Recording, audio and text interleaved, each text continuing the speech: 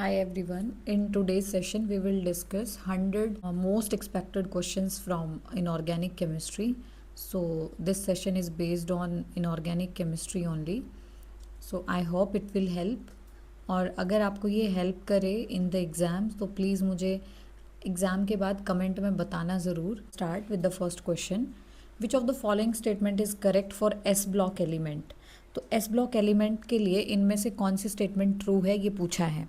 तो देखिए B E has smallest atomic size, यही स्टेटमेंट ट्रू है क्योंकि आपको पता है कि जैसे जैसे हम डाउन द ग्रुप जाते हैं साइज़ क्या होता है, इंक्रीज. तो सेकेंड ग्रुप में तो सबसे छोटा साइज़ इसी का होगा ना. So this statement is true. Second statement is not true. Why? क्योंकि हमें पता है जैसे जैसे हम डाउन द ग्रुप जाते हैं वैसे वैसे मेटालिक करेक्टर क्या होता है, इंक्रीज होता है. तो एल आई तो लीस्ट मेटालिक होना चाहिए ना इस ग्रुप में, तो इसलिए ये ऑप्शन करेक्ट नहीं है. Next is M G impart red colour to the flame. तो मैग्नीशियम का साइज छोटा होता है. उसके बाद magnesium impart colour to the flame नहीं, क्योंकि मैग्नीशियम की जो इलेक्ट्रॉन्स एक्साइट कराने के लिए एनर्जी है वो क्या लगती है, ज़्यादा. हाँ, कैल्शियम का इलेक्ट्रॉन एक्साइट करा सकते हैं, वो शायद रेड कलर प्रोड्यूस करता है. Is the most reducing in water. No, L I का हाइड्रेशन एंथैल्पी बहुत ज़्यादा होता है, इसकी वजह से जो लिथियम है मोस्ट रिड्यूसिंग होता है. Next question is in which of the following compound magnesium maximum radii. तो देखिए रेडियाई किस पे डिपेंड करेगी, यहाँ पे एम एन जो है सब में एम एन गिवन है, तो आप एम एन की ऑक्सीडेशन स्टेट निकाल लीजिए. तो अगर ऑक्सीडेशन स्टेट हाइयर है, जिस केस में ऑक्सीडेशन स्टेट हाइयर है, इसका मतलब उसकी रेडियाई क्या होगी, स्मॉलर होगी.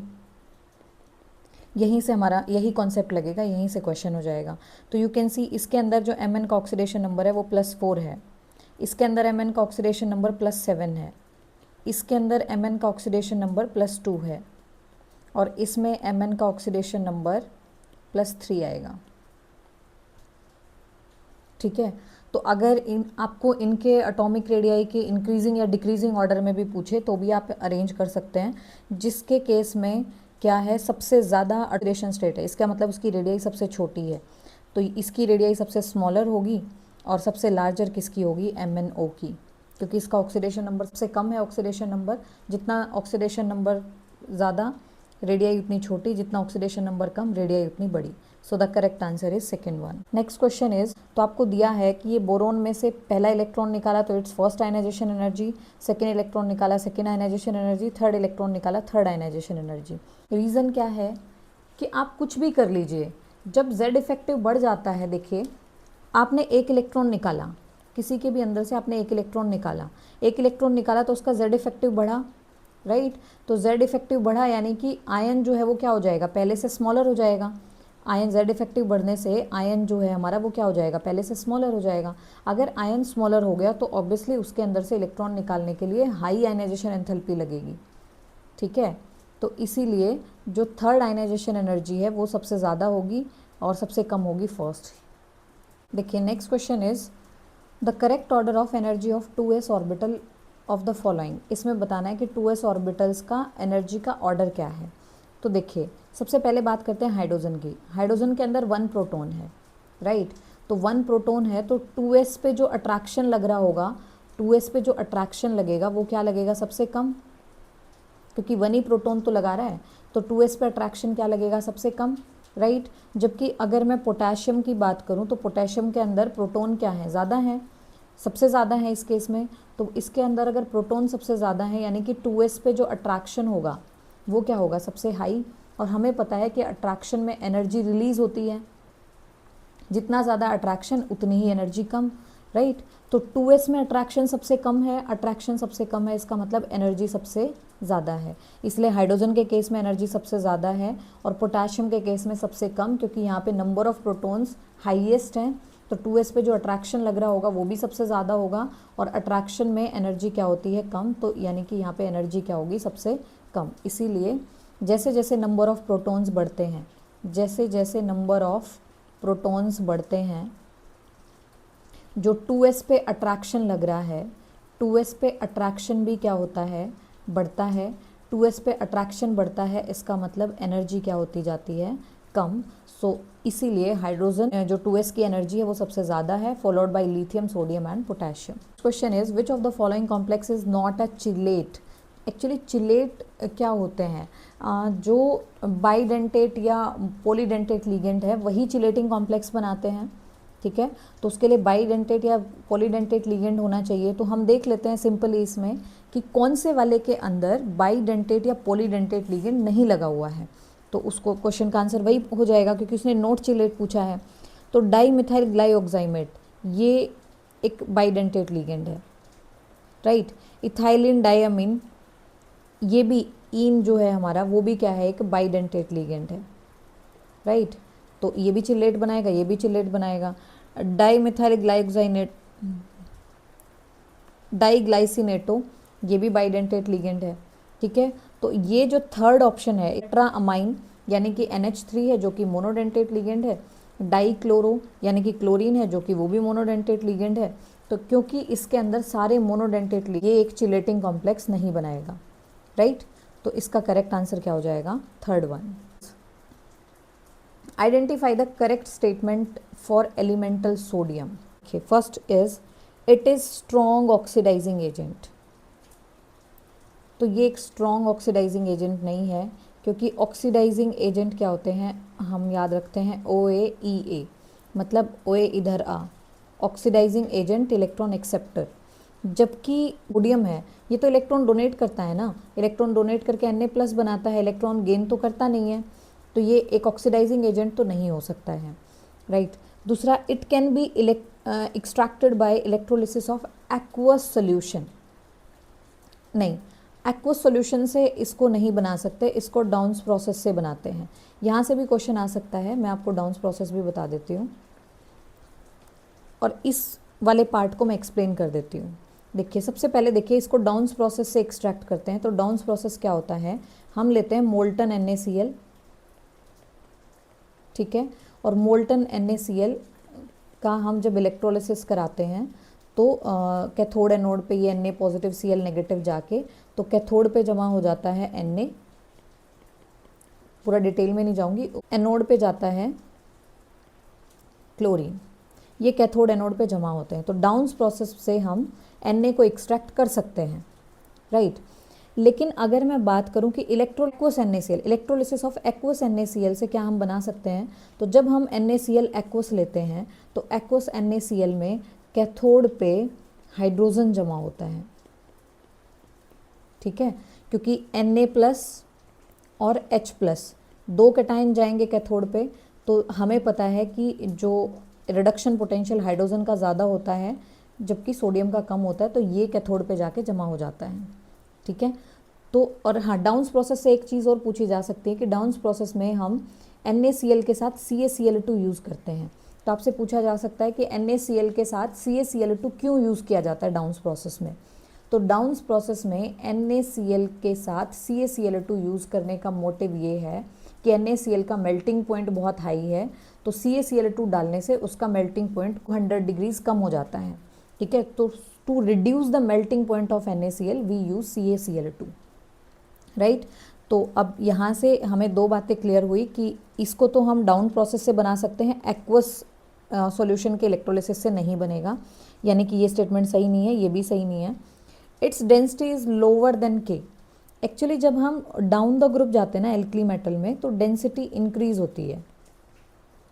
डेंसिटी क्या होती है, इंक्रीज। तो सोडियम ऊपर आता है, पोटेशियम नीचे आता है। तो होना क्या चाहिए था कि सोडियम की डेंसिटी कम होनी चाहिए थी और पोटेशियम की डेंसिटी ज़्यादा होनी चाहिए थी। लेकिन यहाँ सोडियम और पोटेशियम में एक्सेप्शन होता है, and you know in chemistry exception is always a question. तो सोडियम की जो डेंसिटी है वो स्लाइटली हायर होती है एज़ कम्पेयर टू पोटेशियम। तो ये स्टेटमेंट भी ट्रू नहीं है। तो ऑप्शन क्या बचा, इट इज़ ईजिली ऑक्सीडाइज्ड, ठीक है। ये अपना इलेक्ट्रॉन ईजिली दे देता है, ठीक है। ऑक्सीडेशन का मतलब ही क्या है, इलेक्ट्रॉन का रिमूवल। तो Na जो है वो अपना इलेक्ट्रॉन ईजिली दे के क्या बना लेता है, Na+। So this statement is true. Question is, इसमें पूछा है ये एटॉमिक स्ट्रक्चर से क्वेश्चन है वैसे, तो इसमें पूछा है कि कौन सा सेट परमिसिबल नहीं है। तो देखिए, हमें पता है कि N और ऐसा चेक करने के लिए हमें सबसे पहले क्या करना पड़ता है, we have to check the value of N and L। L is equal to N-1। तो L जो है वो it should be smaller than N, ठीक है, L स्मॉलर होना चाहिए N से, और सारे केसेस में L N से स्मॉल है, राइट। तो यानी कि L N से तो हमारा काम नहीं होगा। अगर L और N वाला क्राइटेरिया सही फिट बैठ रहा है, then you have to check the value of L and M, ठीक है। M का वैल्यू जो है, जो L का वैल्यू है उससे क्या होता है, माइनस से लेके प्लस वैल्यू तक, M is equal to minus L to plus L। तो आप देख लीजिए, अगर इस रेंज में नहीं आ रहा होगा तो वही हमारा आंसर हो जाएगा। तो L यहाँ पे 2 है तो ये -2 हो सकता है, 0 है 0 भी हो सकता है, -3 है, सॉरी +3 है तो -3 भी हो सकता है। लेकिन यहाँ देखिए, अगर L का वैल्यू हमारा 2 है तो M का वैल्यू क्या आना चाहिए, -2 टू +2, लेकिन यहाँ पे वैल्यू क्या गिवन है, -3। इसका मतलब ये सेट परमिसिबल नहीं। देखिए इस क्वेश्चन में क्या पूछा है, एसिडिक स्ट्रेंथ ऑफ ऑक्साइड्स। तो एसिडिक स्ट्रेंथ ऑफ ऑक्साइड देखने के लिए आप कुछ रूल देखिए।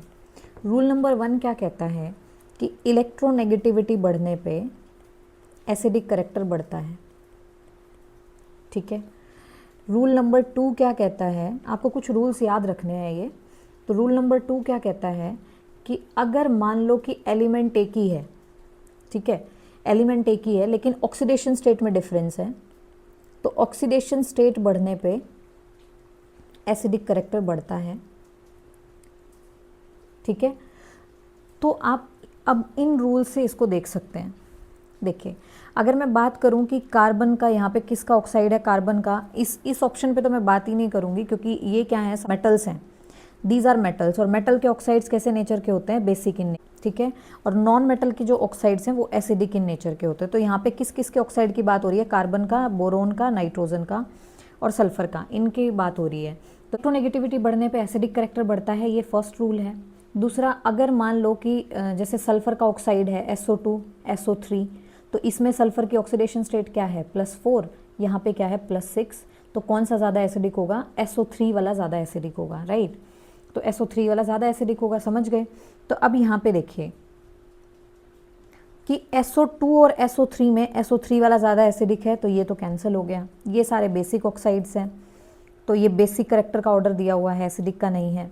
उसके बाद कार्बन, नाइट्रोजन और बोरोन, अगर मैं इनकी बात करूं तो नाइट्रोजन की इलेक्ट्रोनेगेटिविटी ज़्यादा होती है, तो नाइट्रोजन का ऑक्साइड ज़्यादा एसिडिक होना चाहिए था, तो ये ऑप्शन भी नहीं है। अब इसको देखिए, SO2 CO2 B2O3, ये this is the correct option, ठीक है, क्योंकि ये इलेक्ट्रोनेगेटिविटी में देखूँ तो सल्फर की सबसे ज़्यादा, उसके बाद कार्बन, उसके बाद बोरोन। तो अगर इलेक्ट्रोनेगेटिविटी ज़्यादा है तो एसिडिक करेक्टर भी ज़्यादा है, so this is the correct option, ठीक है। अगर आप इस तरीके से ना करना चाहें तो आप इस तरीके से भी करके देख सकते हैं। Let me tell you the second method, कि आप SO2 को देखिए, वाटर के साथ जाएगा तो क्या बनाएगा, क्या बनाएगा, H2SO3। आप SO3 को देखिए, वाटर के साथ रिएक्ट करेगा तो क्या बनाएगा, H2SO4। तो क्या बना है यहाँ से। और CO2 को भी अगर देखेंगे तो CO2 क्या बनाएगा, H2CO3, ठीक है। और अगर B2O3 को देखेंगे तो B2O3 क्या बनाएगा, H3BO3। अगर मैं इनकी बात करूं तो इनमें से सबसे स्ट्रॉन्ग एसिड किसका बना, SO3 का, राइट। ये सबसे स्ट्रॉन्ग मेथड, सबसे स्ट्रॉन्ग एसिड है। तो जिसका वाटर में जाने पे एसिड सबसे स्ट्रॉन्ग बने, इसका मतलब एसिडिक करेक्टर उसका ज़्यादा होगा, तो नंबर 1 पे ये आ जाएगा। उसके बाद CO2 की बात करूं तो ये उसके बाद ये आएगा, लेकिन ये तो हमारे पास इस ऑप्शन में है नहीं ना। उसके बाद अगर मैं बात करूं तो किसका, कार्बोनिक एसिड बनेगा जो दूसरे नंबर पे है, और ये बोरिक एसिड, ये तो सबसे वीक एसिड है, तो तीसरे नंबर पे ये आ जाएगा। तो आप इस क्वेश्चन को इस तरीके से भी देख सकते हैं और ये रूल्स लगा के भी सॉल्व कर सकते हैं। Next question is, alkali metals in liquid NH3, alkali metals को डिसॉल्व किया किसमें, लिक्विड NH3 में, तो कौन सी ऑब्जर्वेशन ट्रू है। तो देखिए, जब हम एल्कली मेटल्स को एक लिक्विड NH3 में डिसॉल्व करते हैं तो इस तरह का एक कॉम्प्लेक्स बनता है, प्लस में ये सॉल्वेटेड इलेक्ट्रॉन्स निकलते हैं, ठीक है। तो सॉल्वेटेड इलेक्ट्रॉन्स जो है, इसका ना ब्लू कलर आता है इन सॉल्वेटेड इलेक्ट्रॉन्स की वजह से, सॉल्वेटेड इलेक्ट्रॉन्स की वजह से ब्लू कलर प्रोड्यूस होता है। तो ब्लू कलर होता है सॉल्यूशन का, ये बात सच है। उसके बाद सॉल्यूशन बिकम कंडक्टिंग, अब अगर इलेक्ट्रॉन निकलेंगे और ये आयंस बनेंगे तो इलेक्ट्रॉन सॉल्यूशन तो कंडक्टिंग होगा, तो ये बात भी ट्रू है। लेकिन ये डायामैग्नेटिक होगा, ये बात ट्रू नहीं है। और उसने यही पूछा है कि ट्रू कौन नहीं है, तो कौन सा वाला ट्रू नहीं है, थर्ड नंबर वाला ट्रू नहीं है, क्योंकि ये डायामैग्नेटिक नहीं बनेगा। इलेक्ट्रॉन्स और मतलब आयंस होने की वजह से ये क्या बनेगा, कंडक्टिंग बनेगा सोल्यूशन। और यहाँ पे ये है कि अगर आप एल्कली मेटल की कॉन्सेंट्रेशन बढ़ा देंगे तो जो ब्लू कलर है वो किस में कन्वर्ट हो जाएगा, ब्रॉन्ज कलर में। ये बात भी बिल्कुल ट्रू है। आई होप आपको एक्सप्लेनेशन समझ आई होगी। Next question is the shape of CuNH34SO4 is. इसका शेप स्क्वायर प्लेनर होता है। देखिए आपको पता है अगर किसी का कोऑर्डिनेशन नंबर 4 है तो दो तरह की शेप्स पॉसिबल हैं, एक टेट्राहेड्रल और एक स्क्वायर प्लेनर। दो तरह की शेप्स पॉसिबल हैं। तो अगर आप कॉपर को देखेंगे तो यहाँ पे कॉपर कितनी ऑक्सीडेशन स्टेट में है, +2 में। कॉपर +2 ऑक्सीडेशन स्टेट में क्या होता है, 3D9, राइट।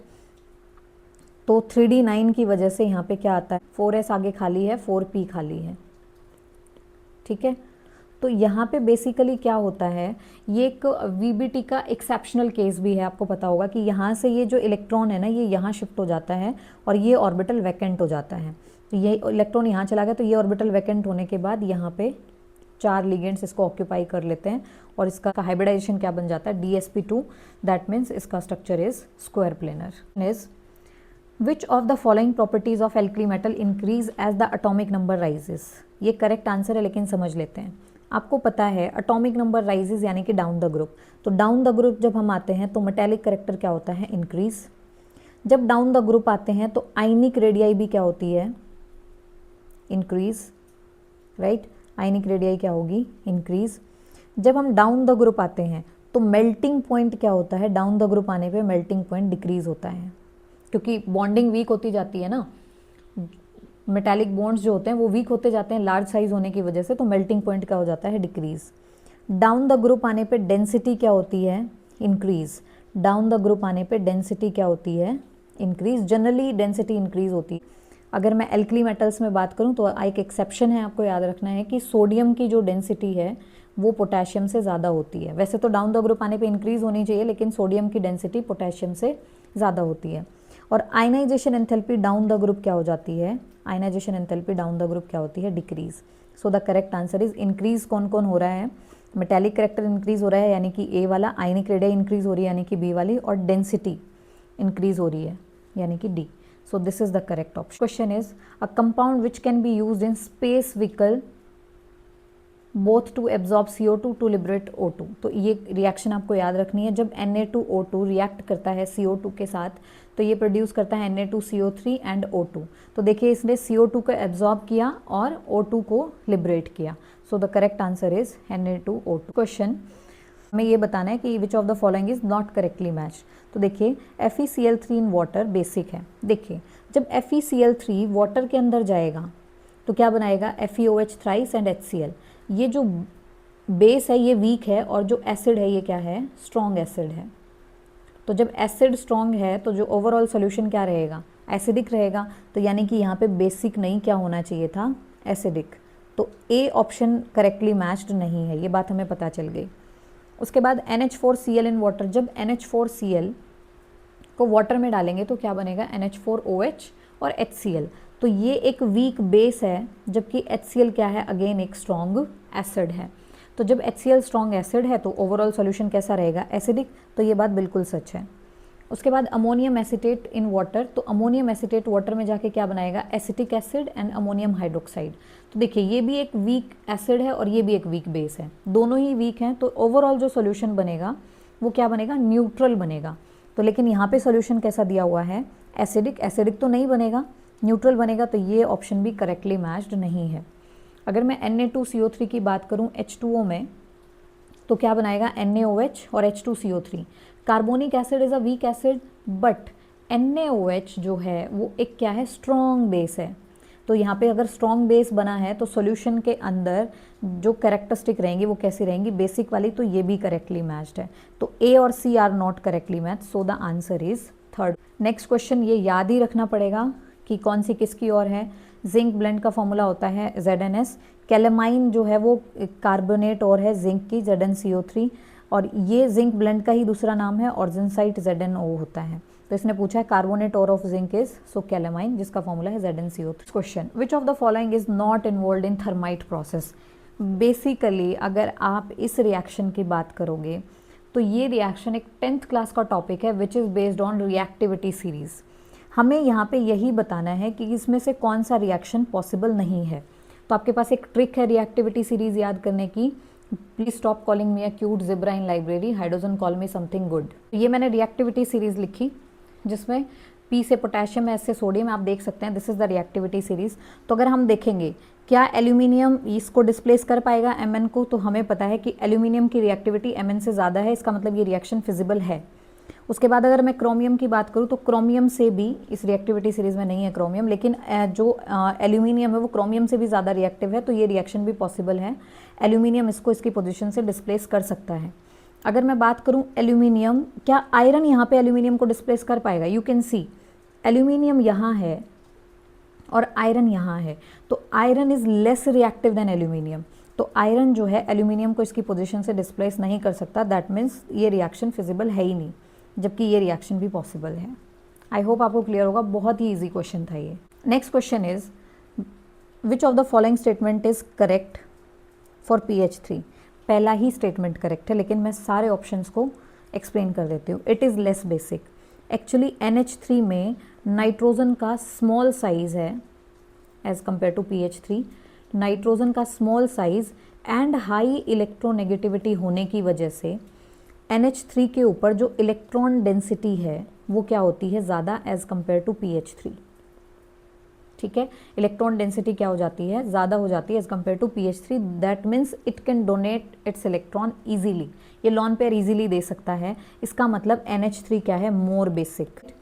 जबकि जो PH3 में लॉन पेयर है वो क्या है? एक इतनी ज़्यादा इलेक्ट्रॉन डेंसिटी नहीं होती वो वहाँ पे, क्योंकि P का साइज जो है वो बड़ा है, राइट।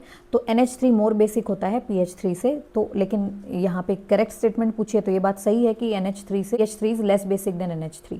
सही बात है, क्योंकि NH3 मोर बेसिक है तो PH3 लेस बेसिक है। It is less poisonous than NH3। No, PH3 highly poisonous होता है। जो PH3 है ना वो हाईली पॉइजनस है, तो ये बात सही नहीं है। Bond angle of PH3 is greater than NH3, ये बात भी सच नहीं है, क्योंकि PH3 एक ड्रैगोज कंपाउंड है जिसका बॉन्ड एंगल अराउंड 90 डिग्री है, और NH3 का बॉन्ड एंगल आपको पता है कितना होता है? 107 डिग्री के अराउंड होता है। तो बॉन्ड एंगल किसका ज़्यादा है? NH3 का। तो ये स्टेटमेंट सही नहीं है। Next is it does not show reducing properties. PH3 reducing properties नहीं दिखाता है PH3 रिड्यूसिंग प्रॉपर्टीज़। P का साइज़ बड़ा है, साइज़ बड़ा होने की वजह से ये बॉन्ड क्या होगा? वीक।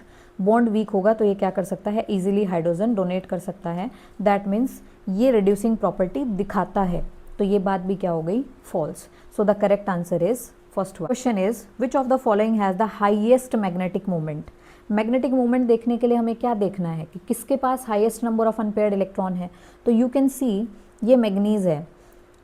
मैग्नीज में आप जब देखेंगे तो मैग्नीज का ऑक्सीडेशन नंबर आएगा Mn3+, तो क्या होगा? 3d4, right. यहाँ पे अगर हम देखेंगे तो आयरन यहाँ पे +3 ऑक्सीडेशन स्टेट में है, तो ये क्या बचेगा? 3d5। यहाँ पे देखेंगे तो आयरन यहाँ पे भी +3 में है, तो ये भी क्या बचेगा? 3d5। इसको देखेंगे कोबाल्ट को, तो कोबाल्ट यहाँ पे कितने में है? कोबाल्ट भी यहाँ पे +3 में है, तो यहाँ पे बचेगा 3d6। ठीक है, आपको पता है इस वाले केस के अंदर पेयरिंग हो जाएगी, क्योंकि CN एक स्ट्रॉन्ग फील्ड लिगेंड है, तो 4 इलेक्ट्रॉन इस तरीके से पेयर अप होंगे।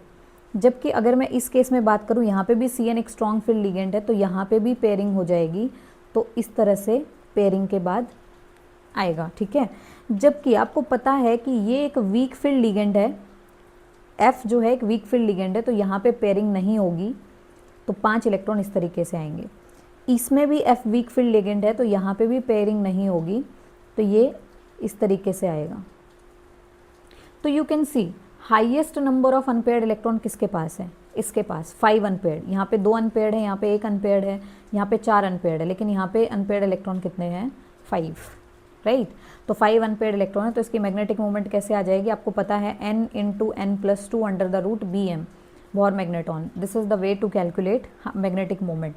तो n की वैल्यू यहाँ क्या आएगी? 5 + 2 √, तो 5 पॉइंट समथिंग, एक्चुअली 5.84 और 5.91 अप्रोक्सीमेटली हम कह सकते हैं इसकी मैग्नेटिक मोमेंट आएगी। आई होप आपको क्लियर होगा, बहुत ईजी क्वेश्चन है। नेक्स्ट क्वेश्चन इज पेन क्या होता है? पर oxy acyl nitrate. Next is which of the following statement is not true. देखिए ये स्टेटमेंट ऐसे ट्रू नहीं है, पर सारे क्वेश्चंस में सारे ऑप्शंस एक्सप्लेन कर देती हूँ। Halide ligand form high spin complex. देखिए हैलाइड लिगेंड्स क्या होते हैं? देखो इसने बात नहीं की कि ये 3D सीरीज़ में बात कर रहा है, 4D में, 5D में, क्योंकि जैसे जैसे हम लोअर सीरीज़ में जाते हैं तो हैलाइड्स भी स्ट्रॉन्ग फील्ड की तरह काम करने लग जाते हैं। लेकिन यहाँ पे इसने कुछ नहीं दिया, तो हम एक सिंपल 3D सीरीज़ की बात करके चलते हैं।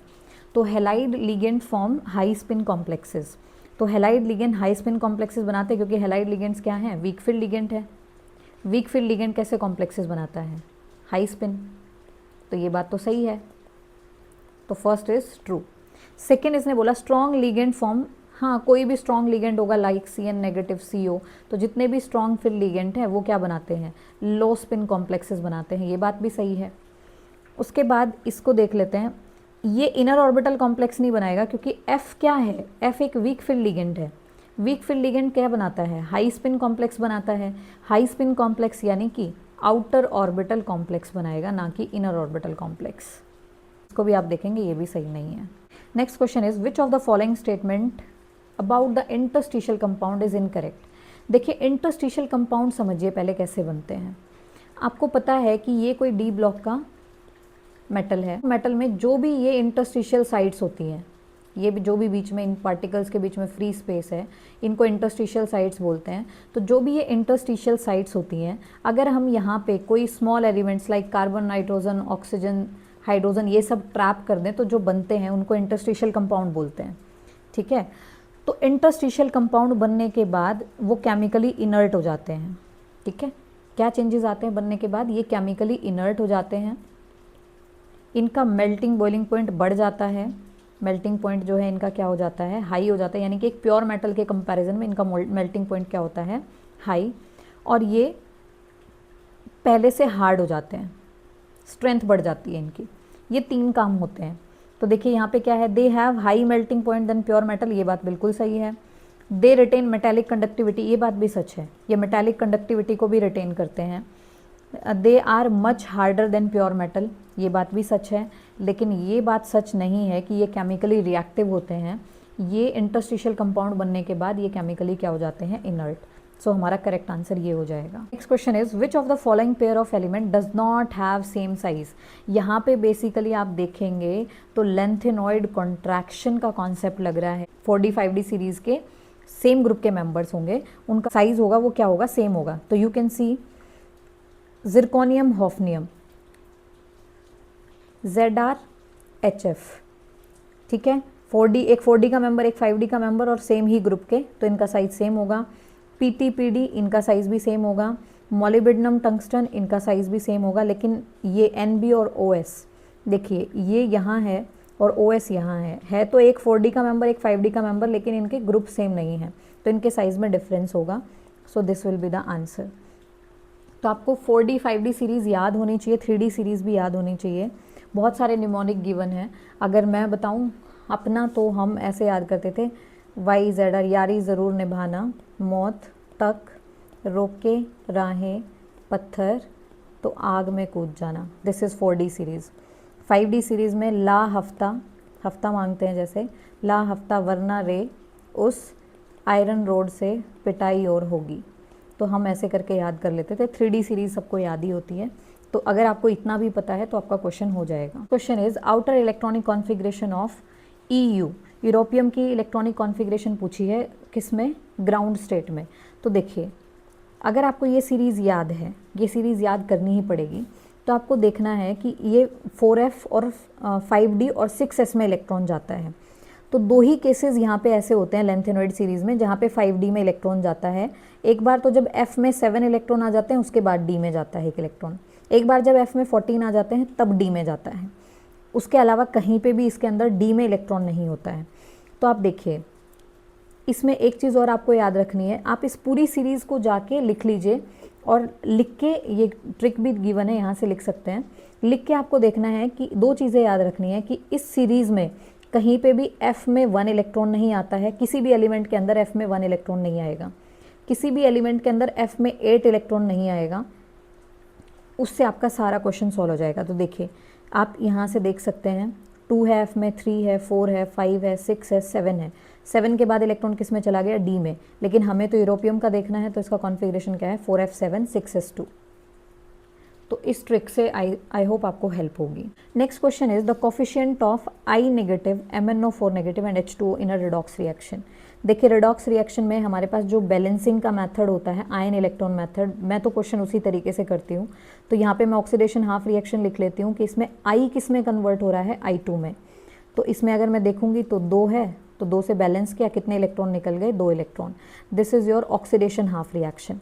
अगर मैं रिडक्शन हाफ रिएक्शन लिखूं तो क्या हो रहा है? MnO4 माइनस जो है वो, क्योंकि यहाँ पे Mn की ऑक्सीडेशन स्टेट +7 है और यहाँ पे Mn की ऑक्सीडेशन स्टेट +4 है, तो 3 इलेक्ट्रॉन का चेंज है, तो ये 3 इलेक्ट्रॉन गेन करके ये किस में कन्वर्ट हो रहा है? MnO2 में।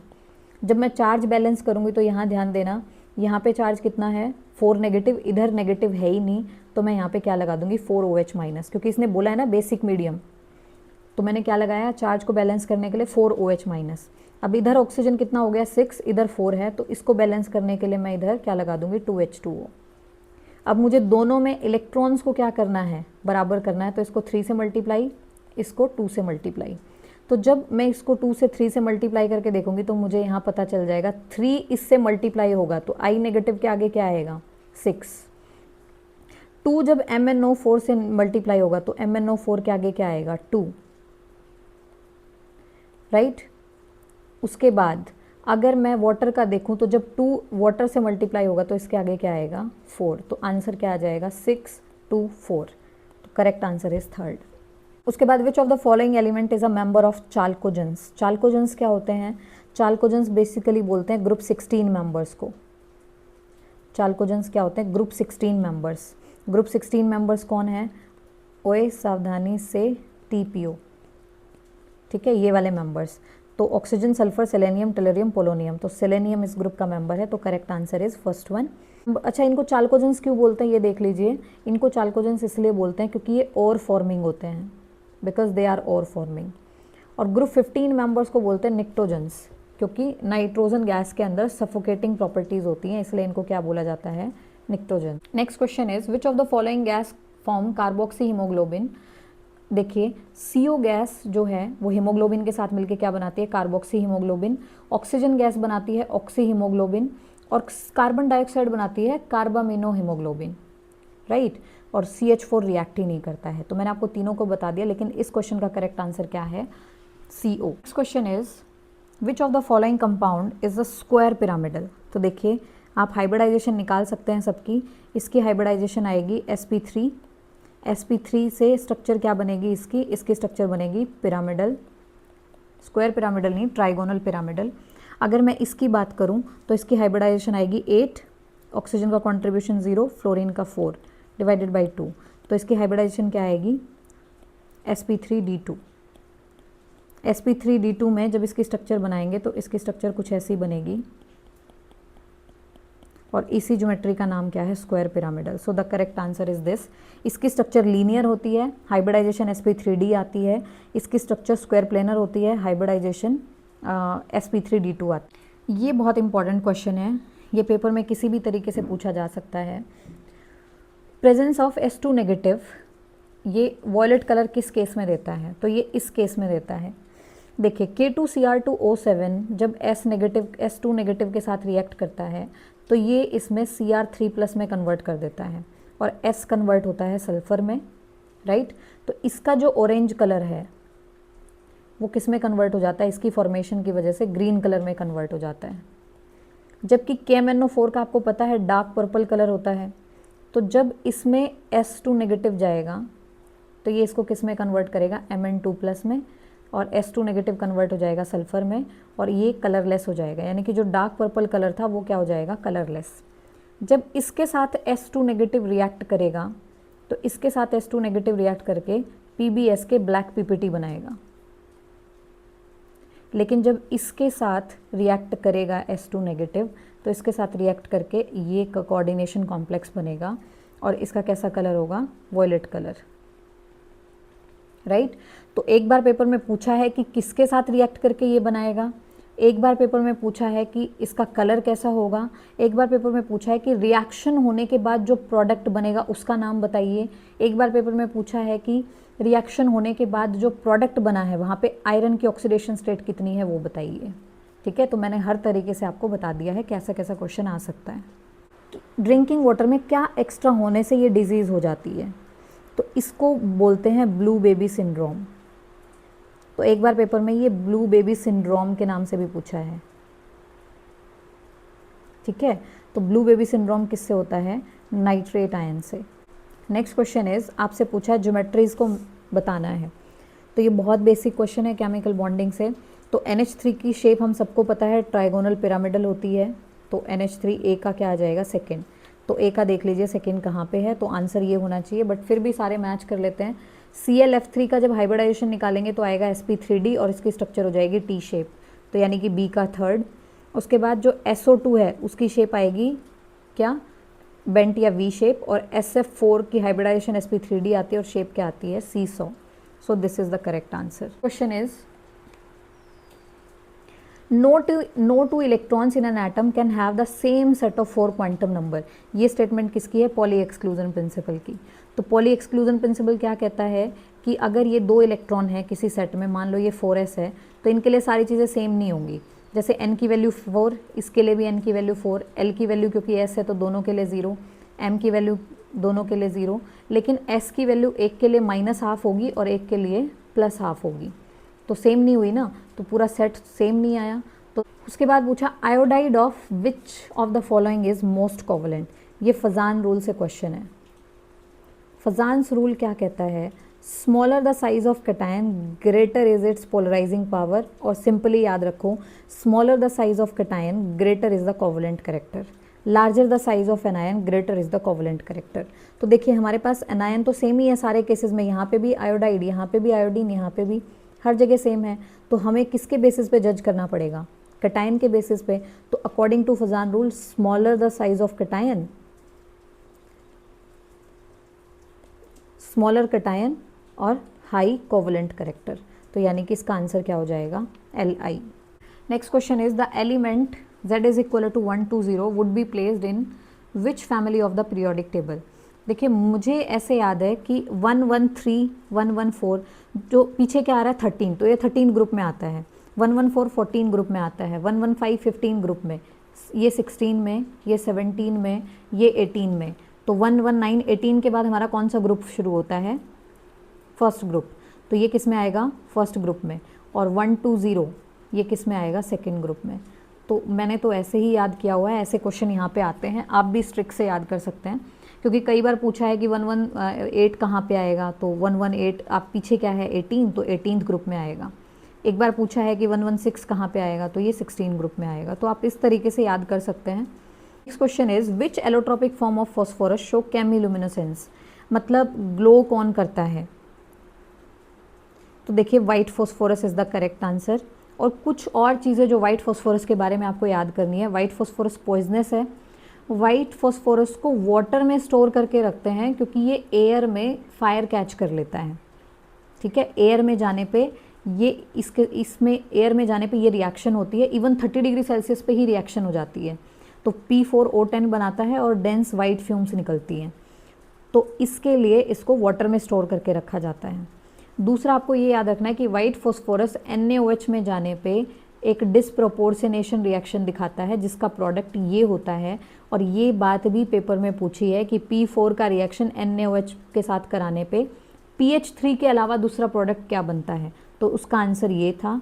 तो आपको वाइट फॉस्फोरस के बारे में ये सारी चीज़ें याद रखनी है। Next question is, in this reaction the element which loses as well as gain electron, इसमें कौन ऐसा है जो इलेक्ट्रॉन लूज भी करता है और इलेक्ट्रॉन गेन भी करता है।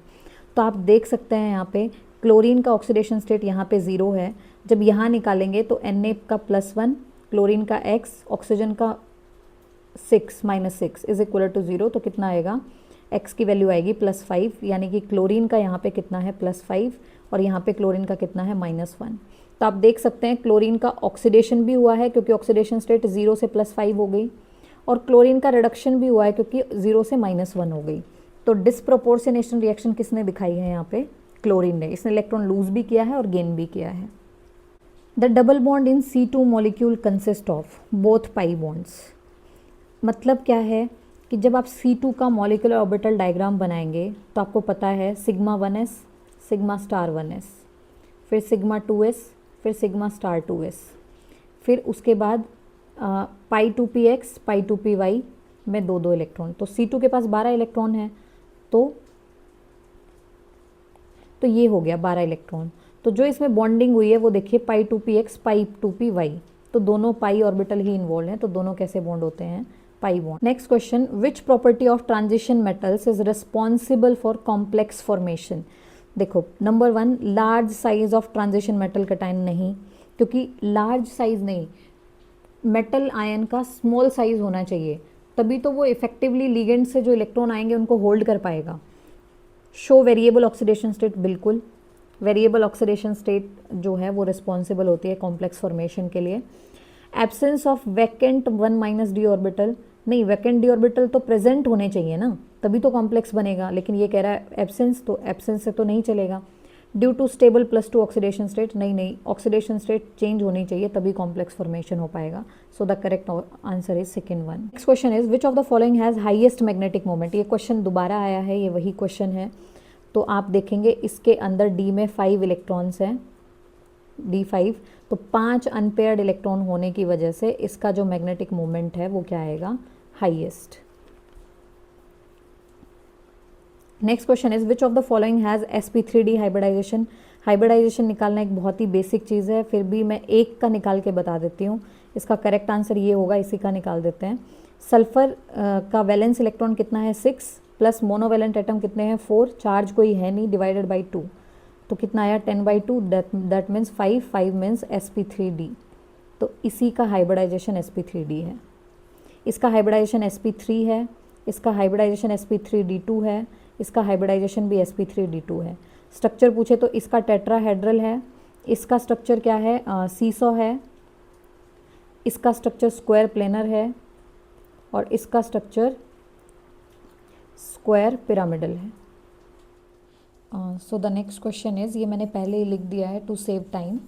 तो देखिए इसमें पूछा है कि कौन सा कॉम्प्लेक्स इसमें से ज्योमेट्रिकल आइसोमेरिज्म शो नहीं करेगा। सो ये सिस्प्लेटिन और ट्रांसप्लेटिन हमें पता ही है, ये प्लेटिन है, और सिस्प्लेटिन का यूज़ कहाँ होता है? कैंसर ट्रीटमेंट में। ये बात भी इंपॉर्टेंट है, याद रखनी है। तो जहाँ पे सिस ट्रांस आइसोमेरिज्म पॉसिबल है, इसका मतलब वो ज्योमेट्रिकल आइसोमेरिज्म शो कर रहा है। अगर मैं इसकी बात करूँ तो ये MA3B3 टाइप अरेंजमेंट है। ऑक्टाहेड्रल में जब MA3B3 टाइप अरेंजमेंट होती है तो वहाँ पे फेस और मर आइसोमर्स बनते हैं। यहाँ पे भी जो सिस और ट्रांस बन सकते हैं, क्योंकि ये किस तरह की अरेंजमेंट है? MA2 और BC2 टाइप, एक 2 बाइडेंटेड लिगेंड प्रेजेंट है, 2 मोनोडेंटेड लिगेंड प्रेजेंट है। तो ये भी ऑक्टाहेड्रल ज्योमेट्री है, इसमें भी सिस ट्रांस पॉसिबल हैं। जब आप इस टॉपिक को पढ़ेंगे तो आपको पता चल जाएगा। तो यहाँ पे भी ज्योमेट्रिकल आइसोमेरिज्म पॉसिबल है। लेकिन अगर मैं NiCO4 की बात करूँ तो इसकी स्ट्रक्चर आती है टेट्राहेड्रल। तो टेट्राहेड्रल ज्योमेट्री कभी भी यानी कि ज्योमेट्रिकल आइसोमेरिज्म शो नहीं करती है। So the correct answer for this question is 4th। Next question is, ये क्वेश्चन एक्चुअली मैं ऊपर भी कवर कर चुकी हूँ, एक स्टेटमेंट बेस्ड क्वेश्चन था उसमें। तो इसमें पूछा है कि बेसिक करेक्टर मैक्सिमम किस में होगा। तो मैंने आपको बताया था कि नाइट्रोजन का स्मॉल साइज़ है। स्मॉल साइज़ का मतलब क्या है कि इसकी इलेक्ट्रॉन डेंसिटी क्या रहेगी? हाईएस्ट रहेगी। जिसके पास इलेक्ट्रॉन डेंसिटी जितनी ज़्यादा है वो उतना ही जल्दी डोनेट कर देगा। तो बेसिक स्ट्रेंथ का ऑर्डर क्या हो जाएगा कि NH3 का बेसिक स्ट्रेंथ सबसे ज़्यादा है, followed by PH3, ASH3 and SbH3। So this is the correct order. यहाँ से मल्टीपल टाइम्स क्वेश्चन देखने को मिले हैं, तो इस टॉपिक को कवर कर लेना आप लोग। सो the correct answer is this one. Next question is which of the following species do not show disproportionation reaction. तो डिसप्रोपोर्शनेशन रिएक्शन देखने के लिए यू कैन सी यहाँ पे सब में क्लोरीन है, तो हमने क्लोरीन का ऑक्सीडेशन नंबर कैलकुलेट कर लिया। तो यहाँ क्लोरीन का +1 है, यहाँ +3 है, यहाँ +5 है, यहाँ +7 है। तो देखिए क्लोरीन +1 ऑक्सीडेशन स्टेट भी दिखा सकता है, -1 भी दिखा सकता है, +3 भी दिखा सकता है, +5 भी दिखा सकता है, +7 भी दिखा सकता है। ये सारी ऑक्सीडेशन स्टेट क्लोरीन दिखा सकता है। तो देखिए अगर मैं इसकी बात करूं तो +1 है ना यहाँ पे, तो ये -1 भी दिखा सकता है, और कुछ हाइयर भी दिखा सकता है, लाइक +3, +5, +7। इसका मतलब ये डिस्प्रोपोर्शनेशन दिखा सकता है। इसकी ऑक्सीडेशन स्टेट इससे कम भी पॉसिबल है, इससे ज़्यादा भी पॉसिबल है। ऐसे ही इसमें कम और ज़्यादा दोनों पॉसिबल हैं। लेकिन अगर आप फोर्थ केस की बात करेंगे तो इसकी ऑक्सीडेशन स्टेट +7 है, तो +7 से ज़्यादा तो कुछ पॉसिबल है नहीं, कम में पॉसिबल है। कम में +3 भी दिखा देगा, +5 भी दिखा देगा, +1 भी दिखा देगा, -1 भी दिखा देगा। लेकिन इससे ज़्यादा ऑक्सीडेशन स्टेट कोई भी पॉसिबल नहीं है, क्योंकि मैक्सिमम इलेक्ट्रॉन क्लोरीन के पास 7 ही होते हैं, जो कि इसने सारे डोनेट कर दिए। तो यहाँ पे इससे हायर ऑक्सीडेशन स्टेट कुछ भी पॉसिबल नहीं है। So the correct answer is this. ये डिस्प्रोपोर्शनेशन रिएक्शन नहीं दिखाएगा। नेक्स्ट क्वेश्चन इज, आपसे पूछा है tris ethane 1,2 diamine cobalt 3 sulphate is. देखिए आपको इतने सारे ऑप्शंस दिए हैं, तो मैं इस तरह के क्वेश्चंस को कैसे करती हूँ, मैं ना इन सब में कोबाल्ट की ऑक्सीडेशन स्टेट निकाल के देख लेती हूँ। तो जिसमें भी जो कोबाल्ट का ऑक्सीडेशन स्टेट दिया है वो फिट बैठ रहा होगा, इसका मतलब वही आंसर हो जाएगा। तो पहले वाले में निकाल के देखते हैं। कोबाल्ट X इन के लिए 0 और सल्फेट का -2, तो यहाँ कोबाल्ट की ऑक्सीडेशन स्टेट +2 आएगी। उसके बाद अगर मैं इसकी बात करूँ तो यहाँ पे क्या होगा, कोबाल्ट 3X, क्योंकि यहाँ पे ये 3 है ना, तो 3X इन के लिए 0 चाहे कितना भी हो, और SO4 2 है तो 2 2 ज़ा 4, तो यहाँ पे मैं निकालूंगी तो x का वैल्यू 4/3 आएगा, जो कि हमें कितना निकालना है 3। जब मैं इसको देखूंगी तो इससे भी नहीं आएगा, लेकिन जब मैं इसको देखूंगी तो x कितना, x 2x, क्योंकि यहाँ बाहर 2 है ना, तो 2x इन के लिए 0 और एक सल्फेट के लिए -2, तो 3 के लिए -6 इज इक्वल टू 0, तो x will B +3। So the correct answer is this one, right. तो जब भी कभी नाम देके ये पूछे ना कि कौन सा फॉर्मूला फिट बैठेगा, तो ऐसे केस में क्या करना चाहिए, ऐसे केस में उसका ऑक्सीडेशन स्टेट निकाल के देख। नेक्स्ट क्वेश्चन मैंने अभी कुछ टाइम पहले ही आपको बताया था कि Z देके ये पूछा जाता है कि ये कौन सी फैमिली से बिलोंग करेगा। तो मैंने आपको बोला था कि जो लिखा हो लास्ट में ग्रुप नंबर देख लो, 113 से लेके 118 तक। तो 117 वाला मैंने अभी आपको ये इसी वीडियो में कॉन्सेप्ट एक्सप्लेन किया है कि 117 कौन से ग्रुप से बिलोंग कर रहा होगा, 17th ग्रुप से, यानी कि halogen family. Next is the oxidation state of oxygen in KO2।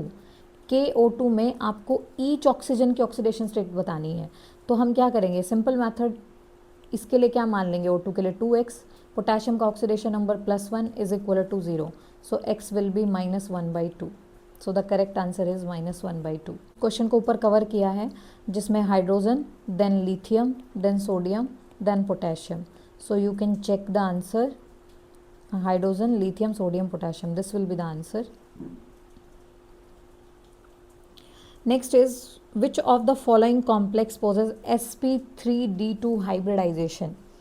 अब देखिए, यानी कि आउटर ऑर्बिटल कॉम्प्लेक्स कहाँ बनेगा, तो मुझे यहाँ पे दिख रहा है कि these are strong field ligand. तो स्ट्रॉन्ग फिल लिगेंड के केस में क्या बनता है, इनर ऑर्बिटल कॉम्प्लेक्स बनता है। अगर आपको strong field weak field ligand पहचानने में प्रॉब्लम होती है, तो let me give you a trick for 3D series. 3D series के लिए मैं आपको बता रही हूँ, for 3D series CO CN negative, these are always strong field ligand. ठीक है, ये हमेशा क्या है, स्ट्रॉन्ग फिल लिगेंड है।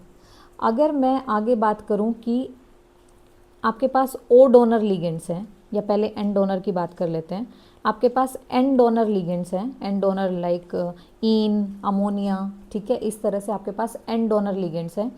तो N डोनर लिगेंड्स के लिए आप क्या करेंगे, सबसे पहले जो मेटल है उसकी ऑक्सीडेशन स्टेट चेक करेंगे। अगर मेटल की ऑक्सीडेशन स्टेट +2 है, तो सारे N donor ligand weak field ligand है। सारे N डोनर क्या हैं, वीक फिल लिगेंड है। अगर मेटल की ऑक्सीडेशन स्टेट +3 या, तो N डोनर क्या होंगे, स्ट्रॉन्ग फिल लिगेंड होंगे, राइट।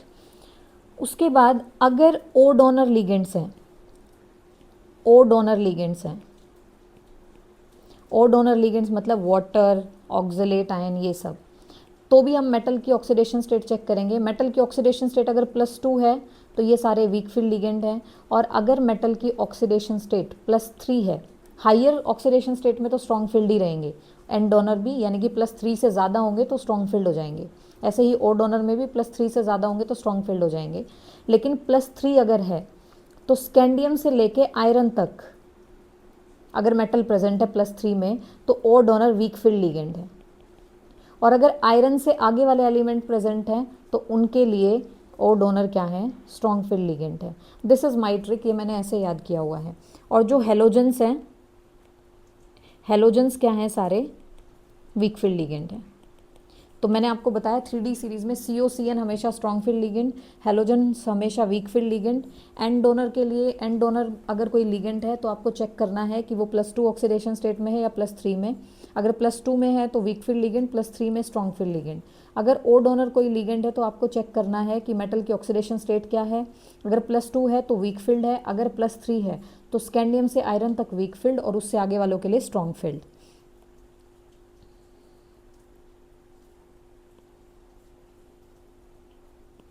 अभी हमारा क्वेश्चन देखते हैं। इसने पूछा है कि कौन सा है, तो मुझे तो आइडिया है कि ये वाला ही sp3d2 होगा। फिर भी आपको अगर तरीका देखना है तो आप सबको निकाल सकते हैं कि कौन सा sp3d2 हाइब्रिडाइजेशन बिठाएगा। इसमें कोबाल्ट है तो +3 में तो पेयरिंग कराएगा ये, क्योंकि अभी अभी मैंने बताया कि एंड डोनर कैसे होते हैं, +3 ऑक्सीडेशन स्टेट में पेयरिंग कराते हैं, यानी कि पेयरिंग कराएंगे तो इनर ऑर्बिटल कॉम्प्लेक्स बनेगा। फिर मैंने बताया कोबाल्ट में आयरन तक, ओ डोनर आयरन तक +3 में क्या होते हैं, वीक फील्ड, लेकिन आयरन से आगे वालों के लिए क्या होते हैं, स्ट्रॉन्ग फील्ड। तो यहाँ पे जो C2O4 होगा ये किसकी तरह काम कर रहा होगा, स्ट्रॉन्ग फील्ड लिगेंड की तरह, क्योंकि यहाँ पे भी तो कोबाल्ट की ऑक्सीडेशन स्टेट +3 आएगी। तो जब स्ट्रॉन्ग फील्ड की तरह काम करेगा तो पेयरिंग होगी, पेयरिंग होगी तो इनर ऑर्बिटल कॉम्प्लेक्स बनेगा। सिमिलरली Mn यहाँ पे +3 ऑक्सीडेशन स्टेट में है, और ये तो Cn है, Cn तो हमेशा ही पेयरिंग कराता है। तो Cn अगर पेयरिंग कराएगा, यानी कि Cn स्ट्रॉन्ग फील्ड लिगेंड है, पेयरिंग कराएगा तो क्या बनाएगा, इनर ऑर्बिटल कॉम्प्लेक्स बनाएगा। तो यहाँ पे सिर्फ यही है जो इनर ऑर्बिटल कॉम्प्लेक्स नहीं बनाएगा। सो the correct answer is first one. Question is, ये किसकी ओर है ये पूछा है, तो मैंने यहाँ पे फॉर्मूला लिख दिया है। यू कैन सी ये एल्यूमिनियम की ओर है, तो आपको याद ही रखना पड़ेगा। तो कैलोनाइट किसकी ओर है, एल्यूमिनियम। क्वेश्चन ये अगेन सॉल्यूशन से आ गया है क्वेश्चन, तो देख सकते हैं इसको यहाँ पे।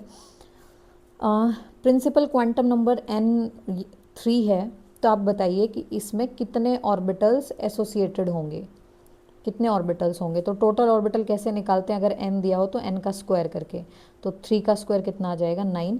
और जिसको फॉर्मूला याद नहीं हो वो ऐसे भी कर सकता है कि अगर n3 है तो l क्या क्या पॉसिबल है, n से एक कम तक, यानी कि 0 1 2। तो 0 यानी कि s, 1 यानी कि p, 2 यानी कि d। तो s में कितना ऑर्बिटल होता है, 1, p में 3, d में 5, तो भी ऐड करके टोटल 9 आएगा।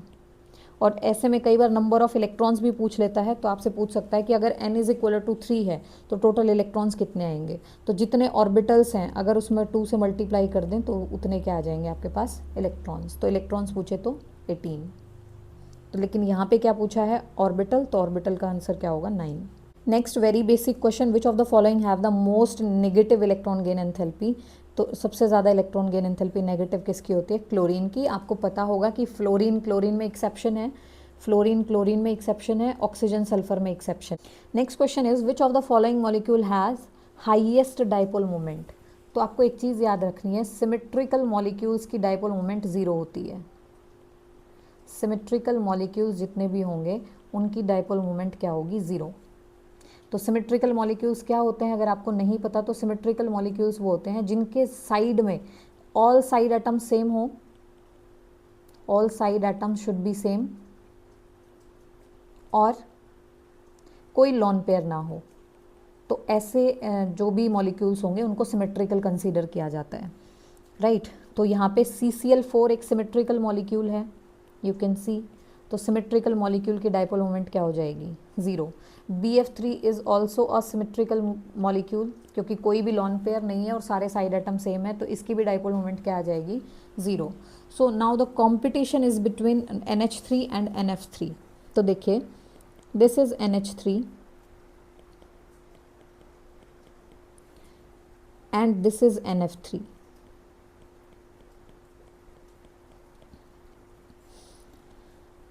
अब आप देखिए, इसकी जो लॉन पेयर की बॉन्ड मूवमेंट होती है अपवर्ड डायरेक्शन में, और यहाँ पे हाइड्रोजन्स और नाइट्रोजन में किसकी इलेक्ट्रोनेगेटिविटी ज़्यादा है, नाइट्रोजन की। तो इनकी भी बॉन्ड मूवमेंट कहाँ होगी, अपवर्ड डायरेक्शन में। अगर मैं यहाँ बात करूँ तो लॉन पेयर की अपवर्ड डायरेक्शन में, और नाइट्रोजन और फ्लोरीन में किसकी इलेक्ट्रोनेगेटिविटी ज़्यादा है, फ्लोरीन की। तो इनकी बॉन्ड मूवमेंट किस डायरेक्शन में होगी, डाउनवर्ड डायरेक्शन में। तो यहाँ पे देखिए, जो नेट डाइपोल मूवमेंट है वो सारी बॉन्ड मूवमेंट का सम होके आ रहा है, जबकि यहाँ पे नेट डाइपोल मोमेंट सारी बॉन्ड मोमेंट का सम नहीं है, क्योंकि ये बॉन्ड मोमेंट नीचे की तरफ है, ये ऊपर की तरफ है, तो इसलिए NH3 का जो डाइपोल मोमेंट है वो क्या होगा, हाई होगा एज कम्पेयर टू NF3।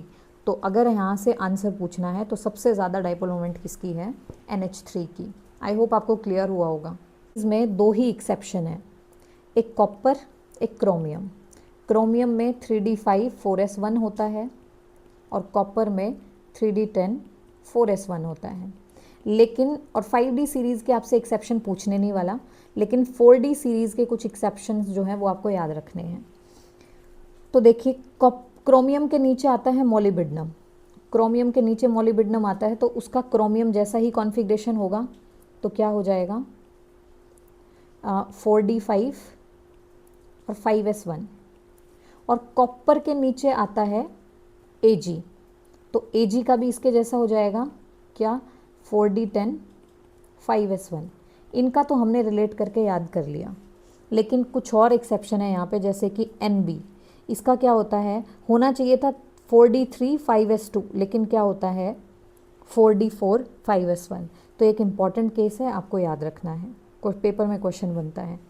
इसका हम क्रोमियम से रिलेट करके याद कर सकते हैं, मोलिबिडनम का, और Ag का हम कॉपर से रिलेट करके याद कर सकते हैं। लेकिन Ru का भी आपको याद रखना है, क्या है, होना चाहिए था 4d6 5s2, लेकिन है क्या 4d7 5s1। और प्लेडियम का और ये RH का भी आप याद कर सकते हैं, होना चाहिए था 4d7 5s2, लेकिन है कितना 4d8 5s1। ऐसे ही प्लेडियम का 4d10 5s0। तो एक साल प्लेडियम का भी पूछा है। तो ये जो कुछ एक्सेप्शनल केसेस हैं यहाँ पे मैंने लिखे हैं, ये आपको सारे याद करने हैं। Next question is the substance that is translucent waxy solid and show chemiluminescence. तो ये हमने क्वेश्चन पढ़ा है, केमिल्यूमिनेसेंस कौन दिखाता है, वाइट फॉस्फोरस। तो इसका करेक्ट आंसर हो जाएगा वाइट फॉस्फोरस। ये बहुत बेसिक क्वेश्चन है कि इनमें से ट्रांजिशन एलिमेंट कौन सा नहीं है। तो आपको पता है zinc, cadmium and mercury are not regarded as transition elements because they have fully filled D orbital in their common oxidation state as well as in ground state. तो इनमें से हमारा आंसर क्या हो जाएगा, जिंक। विल्सन डिजीज कॉपर की वजह से होती है, आपको याद रखना है। Blue baby syndrome nitrate ion की वजह से होता है, ये भी आपको याद रखना। अगेन ब्लू बेबी सिंड्रोम का क्वेश्चन आ गया, तो ये NO3 नेगेटिव की वजह से। Next question is an element with atomic number belongs to which block of the periodic table. बहुत बेसिक क्वेश्चन लगता है मुझे तो ये। अगर आपको नहीं पता हो तो मैं इस तरह के क्वेश्चंस को ऐसे सॉल्व करती हूँ, 8, 8, 18, 18, 32 ऐड करने से हमारे एटॉमिक नंबर आते चले जाते हैं, ये बात आपको पता है। तो 55 बहुत हाई वैल्यू नहीं है, अगर 80 प्लस अगर कोई वैल्यू आई है तो इसका मतलब उसमें 32 ऐड हुआ होगा। इसका मतलब अभी 55 में 32 ऐड नहीं हुआ होगा, तो हम -18 से करना शुरू करेंगे। तो जब आप 55 में से 18 माइनस करेंगे तो आएगा 37, फिर आप 37 में से 18 माइनस करेंगे तो आएगा 19, और फिर जब आप 19 में से 8 माइनस करेंगे तो आएगा 11, और जब 11 में से 8 माइनस करेंगे तो आएगा 3। तो मुझे पता चल गया 3 एटॉमिक नंबर किसका है, लिथियम का। तो यानी कि ये लिथियम वाले सीरीज़ से बिलोंग करता है। और लिथियम वाली सीरीज़ कौन सी है, यानी कि S block element. S block element यानी कि अगर उसमें भी पर्टिकुलर पूछे तो ये एल्कली मेटल से बिलोंग करता है। तो ये है कौन, ये सीजियम है। Lithium, sodium, potassium, rubidium, caesium. तो ये 3, 11, 19, 37, 55, तो ये सीजियम है। Next question is the correct order of bond dissociation enthalpy among the following. इनमें से बॉन्ड डिसोसिएशन एंथैल्पी का ऑर्डर पूछा है। तो देखिए, फ्लोरीन का स्मॉल साइज होने की वजह से उसके अंदर जो इंटर इलेक्ट्रॉनिक रिपल्शन है ना, वो बहुत ज़्यादा हो जाते हैं। ठीक है, फ्लोरीन का स्मॉल साइज होने की वजह से इंटर इलेक्ट्रॉनिक रिपल्शंस बहुत ज़्यादा होते हैं, जिसकी वजह से इसकी बॉन्ड डिसोसिएशन एंथैल्पी कम होती है, राइट। तो ब्रोमीन से भी और क्लोरीन से भी कम हो जाती है। तो सबसे ज़्यादा बॉन्ड डिसोसिएशन एंथैल्पी क्लोरीन की है, फिर ब्रोमीन की, फिर फ्लोरीन की, फिर आयोडीन की। This is the correct answer. ये एक्सेप्शन है यहाँ पे, और मैं I have already told you in chemistry exception is always a question. So आपको सारे एक्सेप्शनल केसेस स्टडी करने हैं। Is correct order of boiling point. Actually water का बॉइलिंग पॉइंट सबसे ज़्यादा है, फिर HF का, फिर NH3 का, क्योंकि वाटर ना 4 हाइड्रोजन बॉन्ड बना सकता है, ये 2 ही बना सकता है। ये ज़्यादा बना सकता है, लेकिन इसमें जो बॉन्ड की स्ट्रेंथ होती है वो वीक होती है। तो ये भी एक बहुत बेसिक क्वेश्चन है। इसमें ए और बी की इलेक्ट्रॉनिक कॉन्फ़िगरेशन दी है, तो आपसे पूछा है कि बताइए फॉर्मूला क्या बनेगा। तो देखिए 3s में और 3p में, यानी कि थर्ड ऑर्बिटल में कितने इलेक्ट्रॉन हैं, 2 और 3 5। तो जिसके वैलेंस इलेक्ट्रॉन 5 होते हैं उसकी वैलेंसी क्या होती है, ये वैलेंस इलेक्ट्रॉन है। जिसके वैलेंस इलेक्ट्रॉन 5 हैं उसकी वैलेंसी कितनी होगी, 3। अगर मैं इसकी बात करूं तो 3 थर्ड ऑर्बिटल में कितने इलेक्ट्रॉन है, 2 + 5 7। तो वैलेंस इलेक्ट्रॉन अगर 7 है तो वैलेंसी कितनी होगी, वैलेंसी होगी 1, राइट। तो ए की वैलेंसी है 3, बी की वैलेंसी है 1, क्रॉस मल्टीप्लाई करके फॉर्मूला क्या आएगा, A1B3। So the correct answer is AB3। ये क्वेश्चन अगेन मैंने आपको बताया था कि this question is very important. ये on treating sodium fusion extract with sodium nitroprusside, ये होता है sodium nitroprusside. Appearance of violet colour is due to which of the following. तो मैंने अभी थोड़ी देर पहले ही इसी वीडियो में कवर किया है कि जब ये सोडियम एक्सट्रैक्ट जब ये लेते हैं हम, तो यहाँ पे ये इसकी फॉर्मेशन होती है NOS की, ये इसके साथ आ जाता है। इसका नाम क्या होता है, पेंटासाइनो। देखिए पेंटासाइनो थायोनाइट्रोसिल, NOS को क्या बोलते हैं, थायोनाइट्रोसिल फेरेट, और इसकी ऑक्सीडेशन स्टेट +2। अभी अभी मैंने बताया था कि ये क्वेश्चन इंपॉर्टेंट है, और ये किसकी डिटेक्शन के लिए यूज़ होता है, सल्फर 2 नेगेटिव की डिटेक्शन के लिए यूज़ होता है।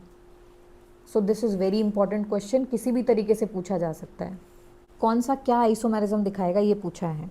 देखिए ये डी से मुझे पता चल रहा है कि ये कोऑर्डिनेशन आइसोमेरिज्म दिखाएगा, तो डी वाले का आंसर 3 होगा। तो डी वाले का आंसर 3 दो जगह है, या तो फर्स्ट में या थर्ड में। उसके बाद किसी और को देख लेते हैं।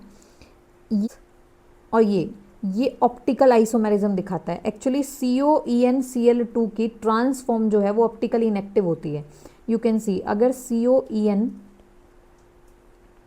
की मैं ट्रांसफॉर्म दिखाऊं तो कुछ ऐसे आएगी ट्रांसफॉर्म। तो ये ट्रांसफॉर्म हम जब इसकी मिरर इमेज दिखेंगे तो ऐसे ही बनेगी। तो इसकी ट्रांसफॉर्म क्या होती है, ऑप्टिकली इनएक्टिव, राइट। लेकिन सिस फॉर्म क्या होती है, ऑप्टिकली एक्टिव। तो यानी कि बी वाला फर्स्ट दिखाएगा, तो बी का फर्स्ट, डी का थर्ड, यहीं पे है ये आंसर। तो ये दिखाएगा ऑप्टिकल आइसोमेरिज्म, और ये दिखाएगा कोऑर्डिनेशन आइसोमेरिज्म, ये दिखाएगा आयनाइजेशन आइसोमेरिज्म, और ये दिखाएगा ज्योमेट्रिकल आइसोमेरिज्म, क्योंकि यहाँ पे भी सिस ट्रांस पॉसिबल है। So the correct answer is this one. अभी मैंने बताया था कि प्लेडियम की इलेक्ट्रॉनिक कॉन्फ़िगरेशन इम्पॉर्टेंट, भी मैंने आपको बताया था कि कुछ इलेक्ट्रॉनिक कॉन्फ़िगरेशंस इम्पॉर्टेंट हैं जो कि आपको याद रखनी है। तो मैं आपको दिखा देती हूँ कि मैंने ये कॉन्फ़िगरेशन आपको पहले दिखाई है। यू कैन सी, मैंने इस क्वेश्चन में आपको प्लेडियम की कॉन्फ़िगरेशन दिखाई थी, which is 4d10 5s। So the correct answer for this question is 4d10 5s0। Next question is IUPAC name of this compound is. देखिए डाईअमाइन, तो देख लीजिए डाईअमाइन कहाँ पे है, ये रहा, इसमें भी है, इसमें भी है डाईअमाइन। उसके बाद क्लोरो या क्लोराइडो, ये भी दोनों में सेम है। उसके बाद NO2, दिस इज नाइट्राइटो, और N के थ्रू बॉन्डिंग हो रही है तो नाइट्राइटो N, तो नाइट्राइटो N ही है दोनों में, यहाँ तक सेम है। उसके बाद इसका ऑक्सीडेशन नंबर निकालेंगे, तो प्लेटिनम के लिए X, अमोनिया पे चार्ज 0, Cl पे -1 और NO2 पे भी -1 is equal to 0। So X is equal to +2, right. तो +2 क्या आएगा, platinum 2। So the correct answer is 3। Platinate नहीं आएगा। प्लेटिनेट जब आता, जब कोऑर्डिनेशन एंटिटी पे या तो नेगेटिव चार्ज हो, और यू कैन से कि जब कोऑर्डिनेशन एंटिटी एनायन की तरह बिहेव कर रही हो। लेकिन यहाँ पे ऐसा कुछ नहीं है, कोऑर्डिनेशन एंटिटी एनायन की तरह बिहेव नहीं कर रही है। दैट मीन्स प्लेटिनम ही आएगा, प्लेटिनेट नहीं आएगा। So next question is the crystal field stabilization energy in terms of D6। आपको पूछा है D6 हाई स्पिन कॉम्प्लेक्स है। D6 हाई स्पिन का मतलब है ऑक्टाहेड्रल है, तो T2G EG में स्प्लिट हो रखा होगा। और D6 का मतलब है 1 2 3 4 5 6। हाई स्पिन का मतलब है कि नीचे वालों में नहीं भरा गया है सारा, ऊपर वालों में भी भरा गया, यानी कि T2G में डाला फिर EG में डाला, तो this is high spin, right. तो आपके पास फॉर्मूला क्या होता है, क्रिस्टल फील्ड CFSC निकालने का फॉर्मूला क्या है, -0.4 into number of electrons in T2G plus 0.6 into number of electrons in EG del O। तो देखिए आप -0.4 number of electrons in T2G कितना है 4 plus 0.6 number of electrons in EG कितना है 2, तो कितना आएगा 4 4 ज़ा 16 1.6 प्लस 1.2 तो आएगा -0.4 डेल O। तो यहाँ पे this will be the answer. Next question is in NO3 the number of bond pair, basically ये लुईस स्ट्रक्चर जो बनती हैं केमिकल बॉन्डिंग में वहाँ से क्वेश्चन है। तो NO3 की लुईस स्ट्रक्चर कैसे बनती है, 3 नाइट्रोजन के पास 5 इलेक्ट्रॉन हैं, तो 1 2 3 4 5 6 ये नाइट्रोजन के ऑक्सीजन के इलेक्ट्रॉन, फिर ये 6 दूसरे यहाँ पे नाइट्रोजन डबल बॉन्ड बना लेता है, इसके ऑक्सीजन के इलेक्ट्रॉन कंप्लीट हो गए और यहाँ पे बॉन्ड बनता है एक, नाइट्रोजन के ही दोनों इलेक्ट्रॉन लगते हैं, यहाँ पे बनता है। तो नाइट्रोजन के पास 6 इलेक्ट्रॉन हो गए क्योंकि 5 तो थे और एक नेगेटिव चार्ज के थ्रू गेन किया है 1 2 3 4 5 6, और ये इस तरह से स्ट्रक्चर बनती है। तो यहाँ पे हम देखेंगे कि बॉन्ड पेयर कितने हैं, यही पूछा है ना बॉन्ड पेयर्स, तो बॉन्ड पेयर कितने हैं 4 और लॉन पेयर एक भी नहीं है यानी कि 0। तो मैं तो इसको ऐसे याद रखती हूँ क्योंकि दोनों इलेक्ट्रॉन नाइट्रोजन के लगे होंगे बॉन्डिंग में, तो I consider this a coordination bond, ये भी एक कोऑर्डिनेशन बॉन्ड और ये डबल बॉन्ड। तो 1 2 3 4 बॉन्ड पेयर हैं, 0 लॉन पेयर हैं। सो the correct answer is 4 0। Next question is only 2 electrons may exist in same orbitals and these electrons must have opposite spin. This statement is for Pauli exclusion principle. Pauli exclusion principle की 2 statement हैं, एक तो ये कि एक orbital में 2 electron आ सकते हैं और ये दोनों इलेक्ट्रॉन ऑपोजिट स्पिन के होने चाहिए। दूसरी स्टेटमेंट ये कहती है कि एक ऑर्बिटल में जो 2 इलेक्ट्रॉन प्रेजेंट होंगे उनके लिए सेट ऑफ क्वांटम नंबर जो है वो सेम नहीं हो सकता। ये बात मैंने ऊपर एक्सप्लेन की है आपको, right. Next question is an aqueous solution of borax is, देखिए बोरेक्स क्या होता है Na2B4O7, और जब इसका हाइड्रोलिसिस यानी कि जब इसमें वाटर डालेंगे, एक्वस सोल्यूशन पूछा है ना, तो जब इसमें वाटर डालेंगे तो बनेगा NaOH and H3BO3 boric acid. तो हमें पता है कि NaOH क्या है एक स्ट्रॉन्ग बेस और ये क्या है एक वीक एसिड। तो सोल्यूशन के अंदर कैसी प्रॉपर्टीज़ रहेंगी, बेसिक। तो जो एक्वस सोल्यूशन होगा बोरेक्स का वो क्या होगा, alkaline in nature. Next question is which of the following element does not belong to actinoid series. तो you can see uranium actinoid series में आता है, NP ये भी एक्टेनॉइड सीरीज में आता है, TM इस सीरीज में आता है, ये रहा लेंथेनॉइड सीरीज में। तो सो इसका करेक्ट आंसर क्या हो जाएगा, TM, क्योंकि ये किस में आता है, लेंथेनॉइड सीरीज में, एक्टेनॉइड सीरीज में नहीं आता। Next question is the radial nodes for 4p orbital. देखिए रेडियल नोड निकालने का फॉर्मूला क्या है, n-l-1। तो 4p के लिए n क्या है 4, l क्या है 1 और -1 इज इक्वल टू 2। तो क्या आ जाएगा इसका आंसर 2। तो रेडियल नोड 4p ऑर्बिटल के लिए क्या है 2। अगर एंगुलर नोड्स पूछे तो किसी के भी एंगुलर नोड निकालने का फॉर्मूला क्या होता है, एंगुलर नोड्स l के इक्वल होते हैं। तो मान लो अगर 4p में ही एंगुलर नोड्स पूछे तो कितना आएगा 1, क्योंकि p के लिए l का वैल्यू क्या होता है 1। Next question is the correct order of first ionization enthalpy among the following is. देखिए यहाँ पे बेसिकली एक्सेप्शन है, वो एक्सेप्शन कहाँ होता है आपको पता है, सेकेंड ग्रुप में और 13th ग्रुप में। वैसे तो लेफ़्ट टू राइट जाने से आयनाइजेशन एनर्जी इंक्रीज करनी चाहिए, लेकिन क्योंकि सेकेंड ग्रुप की सिमेट्रिकल कॉन्फ़िगरेशन होती है तो वहाँ पे उसकी आयनाइजेशन एनर्जी, सेकेंड ग्रुप की आयनाइजेशन एनर्जी 13 से ज़्यादा हो जाती है। एक एक्सेप्शन है 15th और 16th ग्रुप में। 15th ग्रुप की सिमेट्रिकल कॉन्फ़िगरेशन होती है, इसकी वजह से 16 ग्रुप से ज़्यादा इसकी आयनाइजेशन एनर्जी हो जाती है। तो देखिए अगर मैं यहाँ पे बात करूँ तो फॉस्फोरस की आयनाइजेशन एनर्जी सबसे ज़्यादा होगी, 15th ग्रुप का है, फिर 16th का है, फिर 14th का है, उसके बाद 13 का लास्ट में है और सेकेंड ग्रुप पहले है, मैंने आपको ऑलरेडी बताया, is the correct answer. Next question is which of the following order of energies of molecular orbital of N2।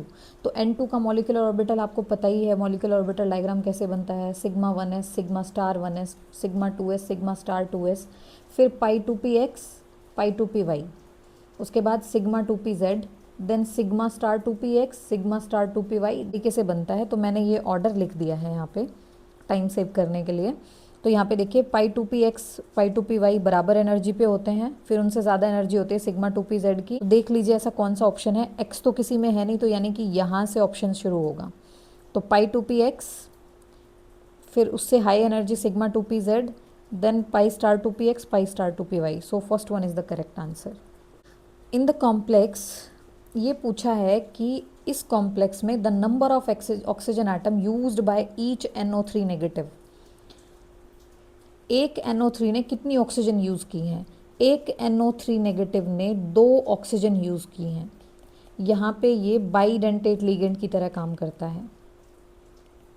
यहाँ पे Ce+4 ऑक्सीडेशन स्टेट में है, तो इसके लार्जर साइज़ की वजह से ये 12 कोऑर्डिनेशन नंबर में भी कंफर्टेबल हो जाता है। तो यहाँ से कोऑर्डिनेशन नंबर भी पूछा जा सकता है।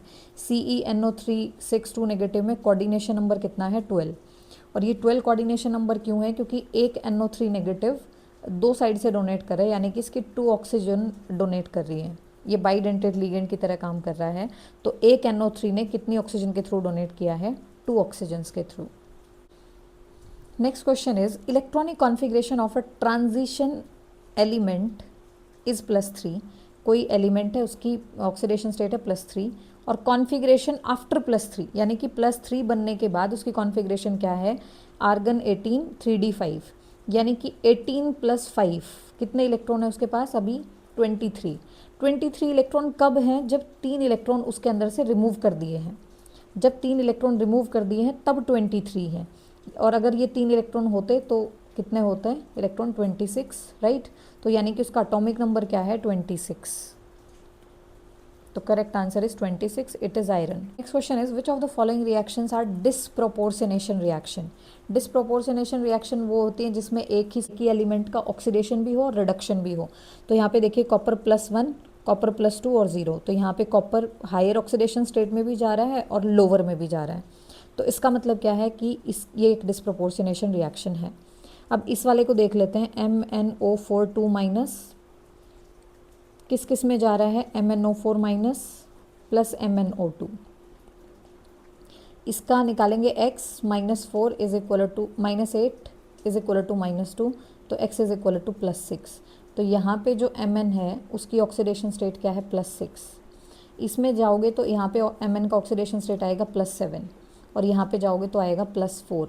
तो देखिए इसकी ऑक्सीडेशन स्टेट इंक्रीज़ भी हो रही है और इसकी ऑक्सीडेशन स्टेट डिक्रीज़ भी हो रही है। दैट मीन्स ये भी डिसप्रोपोर्शनेशन रिएक्शन दिखाएगा। सो करेक्ट आंसर क्या हो जाएगा, A एंड B। क्योंकि next question is which of the following does not exist. तो नियॉन के कंपाउंड्स नहीं बनते हैं, तो Ne2 does not exist. Next question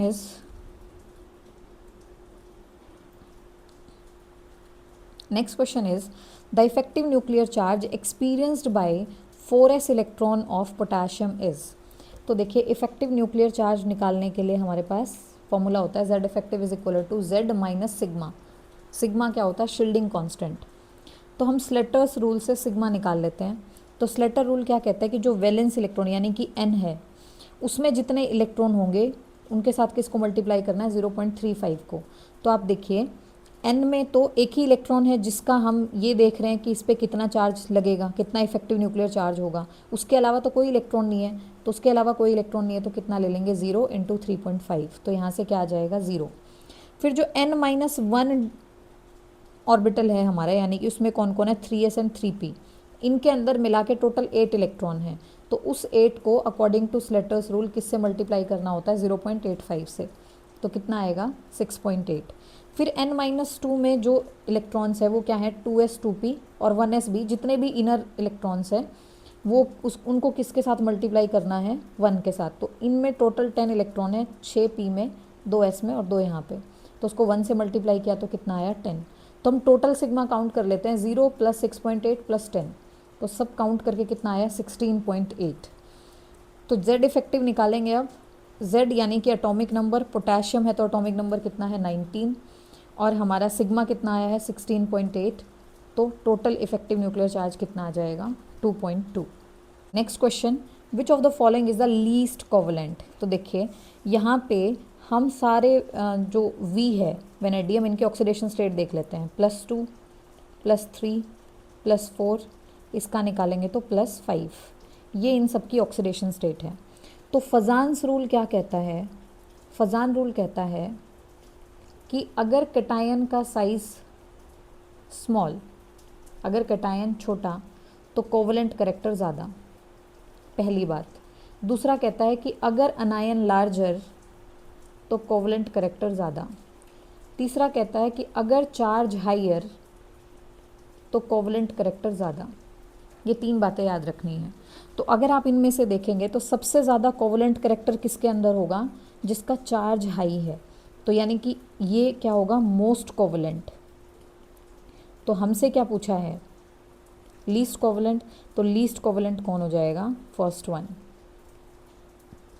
least covalent मतलब मोस्ट आयनिक, तो ये मोस्ट आयनिक है और लीस्ट कोवलेंट है। Next is which of the following has highest percentage of ionic character. Again हम इस क्वेश्चन को फजान रूल से सॉल्व कर सकते हैं कि आपके पास क्या है? HF, HI, HCl, HBr, HI। Cation same है, एनायन का साइज़ क्या हो रहा है? बढ़ रहा है। तो फजान्स रूल क्या कहता है कि लार्जर द साइज ऑफ अनायन, अनायन जितना बड़ा होगा कोवलेंट करैक्टर उतना ही ज़्यादा होगा। तो यानी कि आई के अंदर कोवलेंट करैक्टर क्या होगा? ज़्यादा होगा, और एफ के अंदर कोवलेंट करैक्टर सबसे कम होगा। अगर इसके अंदर कोवलेंट करैक्टर सबसे कम है, इसका मतलब इसके अंदर आयनिक करैक्टर क्या है? सबसे ज़्यादा है। तो आपसे यही पूछा है कि आयनिक करैक्टर हाईएस्ट किस में है? तो HF में। Next question is as the atomic number increase the ionic radii of tri positive lanthanon ions, यानी कि लेंथेनोइड सीरीज में हम क्या करते हैं? जैसे जैसे एटॉमिक नंबर बढ़ता है ऐसे ही आयनिक रेडियाई क्या होती है? तो आयनिक रेडियाई क्या होती है? Decrease. This is due to lanthanoid contraction. तो as we move left to right, और जैसे जैसे एटॉमिक नंबर इंक्रीज हो रहा है लेंथेनोइड सीरीज में, वैसे वैसे रेडियाई क्या हो रही है? Decrease due to lanthanoid contraction. Next question is the permissible number of electron in n is equal to 4। अगर n इज इक्वल टू 4 है तो वहाँ पे हम काउंट कर सकते हैं ऑर्बिटल्स कितने हैं। तो ऑर्बिटल्स कितने होते हैं? 4 का स्क्वायर। 4 का स्क्वायर यानी कि 16 ऑर्बिटल हैं, और एक ऑर्बिटल में कितने इलेक्ट्रॉन आते हैं? 2। तो 16 into 2 32। So the correct answer will be 32। Next, which of the following forms a stable +4 oxidation state? So the correct answer is Ce. An element with atomic number 87 belongs which block of the periodic table? क्या बताया कि पीछे से चलना शुरू करो। 87 में से 32 माइनस करो 55, 55 में से 18 37, 37 में से 18 19, 19 में से 18 11। तो हमें पता चल गया ये सोडियम वाली सीरीज़ है, और सोडियम वाली सीरीज़ कहाँ लाई करती है? S ब्लॉक में। CFSC of D6 configuration with strong field ligand in octahedral complex। Strong field ligand D6 है हमारे पास, और स्ट्रॉन्ग फील्ड लिगेंड का मतलब क्या है? कि पेयरिंग होगी। पेयरिंग होगी तो जो 6 के 6 इलेक्ट्रॉन है वो कहाँ प्रेजेंट होंगे? T2G में। EG हमारा क्या रहेगा? खाली। तो हमें फॉर्मूला पता है CFSC निकालने का। Number of electrons in T2G कितना है? 6 into minus 0.4 plus number of electrons in EG जो है 0 इंटू 0.6 डेलो। तो कितना आएगा इसको सॉल्व करके? -2.4 डेलो। So this is the correct answer. Question मैं आपको दे रही हूँ 1, 3, 4 क्वेश्चन, आप मुझे सॉल्व करके प्लीज़ कमेंट में आंसर ज़रूर बताएं। Next question is which one of the following ligand can bring out the highest oxidation state in transition metal? तो इस क्वेश्चन के लिए आंसर होगा फ्लोरीन, और अगर ऑक्सीजन गिवन होता इसके साथ तो ऑक्सीजन भी हो जाता। ऑक्सीजन और फ्लोरीन ही ऐसा करा सकते हैं क्योंकि इनकी इलेक्ट्रोनेगेटिविटी हाई है ना, और साइज स्मॉल है। ये कह रहा है कि orthonitrophenol is more steam volatile than paranitrophenol. ये कॉन्सेप्ट एक्सप्लेन होता है हाइड्रोजन बॉन्डिंग से। एक्चुअली ऑर्थोनाइट्रोफिनॉल में कैसी बॉन्डिंग होती है? Intramolecular hydrogen bonding. ऑर्थोनाइट्रोफिनॉल में क्या होता है? Intramolecular hydrogen bonding. जबकि पैरानाइट्रोफिनॉल में क्या होती है? Intermolecular hydrogen bonding. और हमें पता है कि बॉइलिंग पॉइंट में इंटर बॉन्ड ब्रेक होते हैं, इंट्रा बॉन्ड ब्रेक नहीं होते। तो इंटर बॉन्ड ब्रेक होंगे, और यहाँ पे स्ट्रॉन्ग बॉन्डिंग है तो इसका बॉइलिंग पॉइंट क्या हो जाएगा? हाई। ठीक है, इसका मतलब ये लेस स्टीम वोलेटाइल है, ये मोर स्टीम वोलेटाइल है, and this is due to the presence of hydrogen bonding. Next question is which of the metal ion is not coloured? तो कलर का रीज़न क्या होता है? जहाँ पे अनपेयर्ड इलेक्ट्रॉन प्रेजेंट होंगे वहाँ क्या होगा, डी डी ट्रांजिशन, राइट। तो डी डी ट्रांजिशन होगा तो कंपाउंड कैसा होगा, कलर्ड। तो यहाँ पे तो यही कॉन्सेप्ट लग रहा है, हम देख लेते हैं। तो इसका कॉन्फ़िगरेशन क्या है, 3D2 4S0। इसका क्या है, 3D1 4S0। स्कैंडियम क्या है, 3D0 4S0। कॉपर क्या है, 3D9 4S0। तो यहाँ पे देखिए, ऐसा कौन है जिसके पास अनपेयर्ड डी इलेक्ट्रॉन नहीं है, ऐसा है स्कैंडियम। तो क्योंकि स्कैंडियम के पास अनपेयर्ड इलेक्ट्रॉन्स नहीं है, इसलिए ये डी डी ट्रांजिशन नहीं शो करेगा, यानी कि कलर नहीं शो करेगा। ये क्वेश्चन का आंसर भी आप मुझे प्लीज़ कमेंट में ज़रूर बताइए कि इस क्वेश्चन का आंसर क्या होगा। Easy question. Next question is which of the following statement is incorrect for I3 negative using VSEPR theory. तो देखिए, मैं इसका स्ट्रक्चर से ही स्टार्ट करती हूँ। I3 नेगेटिव, क्योंकि स्ट्रक्चर तो पूछा है ना। तो I3 नेगेटिव का स्ट्रक्चर क्या होता है, लीनियर। इस तरह से स्ट्रक्चर होता है, हाइब्रिडाइजेशन होती है sp3d, बॉन्ड एंगल होता है I और I में 180 डिग्री। तो यहाँ पे इस तरह से लॉन पेयर प्रेजेंट होते हैं, नेगेटिव चार्ज प्रेजेंट होता है। तो लीनियर है, ये बात बिल्कुल सच है। The central I atom contain 4 electron pairs. 4 electron pair नहीं है ना इसके पास तो 3 इलेक्ट्रॉन पेयर है, 1 2 3। तो यही स्टेटमेंट रॉन्ग हो गई, बाकी हमें देखने की ज़रूरत ही नहीं है, ये स्टेटमेंट रॉन्ग है, तो बाकी स्टेटमेंट सारी करेक्ट ही होंगी। नेक्स्ट इज, कौन सा कैटलिस्ट वॉकर्स प्रोसेस में इथीन को CH3CHO में कन्वर्ट करता है, तो इट इज़ PDCl2 CuCl2। ये मिलके क्या करते हैं, वॉकर्स प्रोसेस में यूज़ होते हैं, इथीन को इथेनॉल में कन्वर्ट करते हैं। Of the following lanthanoid does not exhibit +4 oxidation state, तो YB। Next, which of the following complex does not show geometrical isomerism. तो ये मैं बता चुकी हूँ कि टेट्राहेड्रल कॉम्प्लेक्स, ये टेट्राहेड्रल है, टेट्राहेड्रल कॉम्प्लेक्स कभी भी ज्योमेट्रिकल आइसोमेरिज्म शो नहीं करता। तो करेक्ट आंसर ये हो जाएगा। ये कॉन्सेप्ट मैंने इस वीडियो में कवर किया है। विच of the following is linear, तो आप N3 नेगेटिव इज़ लीनियर, और ये इनकी स्ट्रक्चर आप देख सकते हैं, इनर होती है, ये टेट्राहेड्रल है। इनमें से कौन सा ऑक्साइड मेटालिक कॉपर की अपीयरेंस और कंडक्टिविटी दिखाता है, तो correct answer is this. Number of moles of AgCl precipitated bye 1 mole of, देखिए ये कोऑर्डिनेशन कॉम्प्लेक्स से क्वेश्चन है। ऐसे क्वेश्चंस में क्या करना होता है, CONH3 4Cl2, बाहर जितने क्लोरीन है ना, क्योंकि अंदर वाले क्लोरीन तो नहीं आ सकते, आयनाइजेशन नहीं हो सकता ना कोऑर्डिनेशन एंटिटी का, तो बाहर जो क्लोरीन है वही AgNO3 के साथ रिएक्ट करेंगे। तो बाहर कितना क्लोरीन है, चाहे कितना भी AgNO3 डालो, ये एक क्लोरीन ही रिएक्ट कर पाएगा। तो क्या बनाएगा, एक ही AgCl बनेगा। तो इसने पूछा है कि कितना मोल AgCl बनेगा, 1। अगर यहाँ पे 2 क्लोरीन होते ना तो 2 मोल AgCl बन जाता। अगर यहाँ पे 3 क्लोरीन होते तो 3 मोल AgCl बन जाता, लेकिन यहाँ पे अभी एक क्लोरीन है तो इसलिए 1 मोल ही AgCl बनेगा। ये क्वेश्चन हम ऑलरेडी कवर कर चुके। EU की ग्राउंड स्टेट में और इलेक्ट्रॉनिक कॉन्फ़िगरेशन क्या होती है। ये D3 आयन है, ऑक्टाहेड्रल कॉम्प्लेक्स है, CFSC पूछा है। तो देखो D3 में तो स्ट्रॉन्ग फील्ड वीक फील्ड जैसा कुछ होता ही नहीं है, क्योंकि D3 तो ऐसे ही भरा जाएगा। तो इसमें T2G में 3 इलेक्ट्रॉन्स हैं, EG में नहीं है कुछ भी। तो हमारा फॉर्मूला क्या है, -0.4 into number of electrons in T2G, कितना है 3, तो कितना आएगा -1.2 डेलो। सो the correct answer is first.